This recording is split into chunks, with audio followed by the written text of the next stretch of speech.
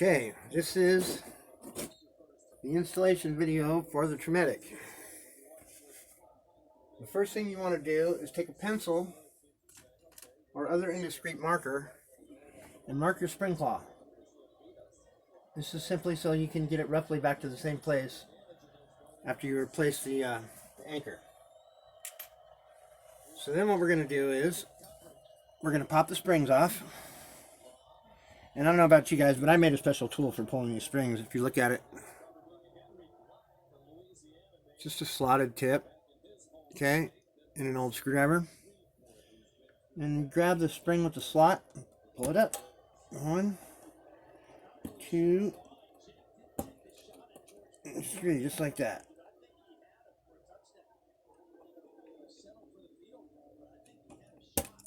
Okay. Set the springs aside. Then we're going to take the old spring claw, the old screws, pull them out. Okay. And then when you drill this center hole for the Tremedic, okay, you can use a long bit that you can deflect so that it goes in straight, or you can use a right angle drill bit, a drill head, like I have. I'm not sure where it's at right now, but use a right angle drill head.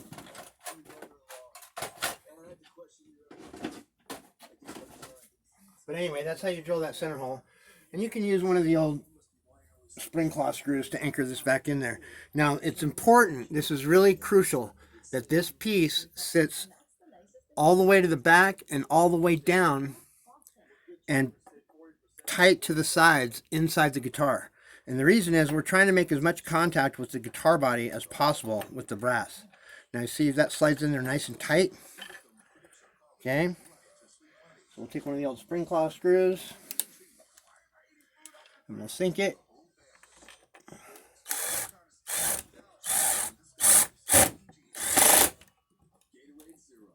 Okay, that's not sitting flat, so we're going to back it out a little bit. And what we're going to do is, we want that totally flat. So we'll drop the 2 screws that go in the corners next, just to pin the Tremedic down to the inside of the guitar body. Now some of this stuff gets a little tricky because it's tight in here. But to anybody that's ever owned a Floyd or had to deal with the issues involved with a Floyd, you're all too familiar with all this. Okay, we got that one down in that corner. Now these are all countersunk, so they should stay clear of the claw. That one's down. Okay, let's get the other one on the other side. Still down tight. Welcome to the Chipotle free delivery bowl. Don't just watch the bowl. Order the bowl. Get free delivery on the bowl. Then eat that delicious bowl. Order now and get free delivery for a limited time. The Allstate Sugar Bowl.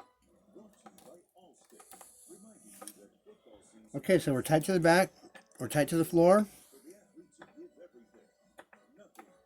Now these 2 holes here can be abandoned. And the reason I say that is because they're kind of redundant and I worry about stabbing the pickup wires with those. So what we'll do is we'll just put the 2 in the flanges and we'll put the 2 in the back corners of the web, and that should be good. Then we'll sink the one in the back. We'll get that one to go in right there. Now for these small holes, you don't even have to drill a pilot hole. You can just take a small scratch awl or something similar. Or even thread the screws right in. They should go right in. Unless it's super hard wood. So we'll get this one in. Okay. And again, all these should be countersink, nearly flush. Okay, now here's a problem that I've run into in a few guitars. Not all the spring claws have the same center to center spacing on the holes. So you may have to elongate them a little bit. or just drill them out a size over, and then that should take care of that. And now that's nice and tight. Okay, tight to the bottom, tight to the back. We're good to go. Now we're going to slide this back on. Now see, even this one, it's already been elongated a little bit, and it's still a little tricky. Once you got it on there, it should slide back into place fairly easily. And put the second nut on there.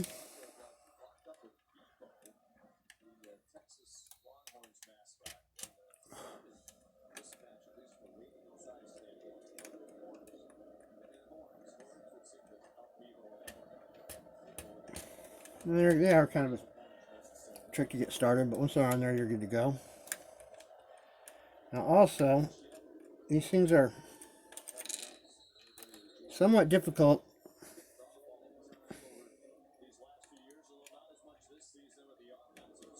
Sometimes the claw will interfere with the rotation of the nut. If that's a problem,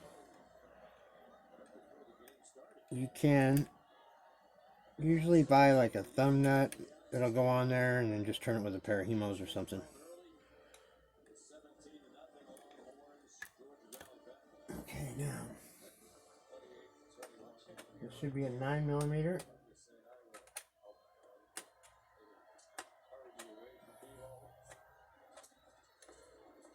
And we're on. Now you see I'm having a little difficulty because it's rubbing the claw as it turns. It's no big deal, it'll still spin. Just deflects the claw a little bit as it turns.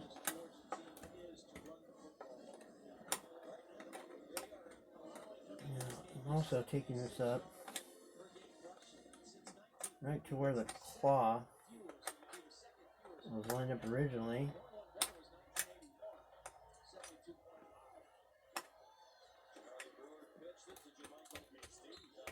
So you can get them to spin down a little bit.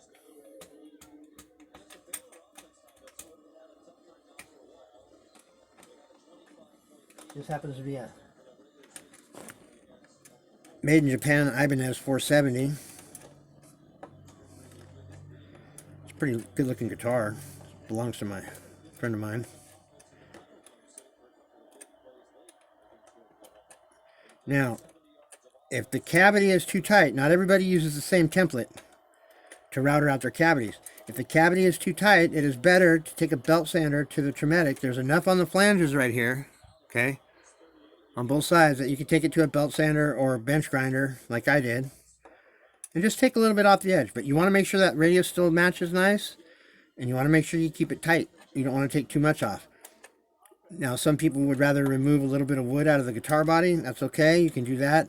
If you're going to do that, I'd use a 1/2-inch barrel sander like from a Dremel. But for the most part,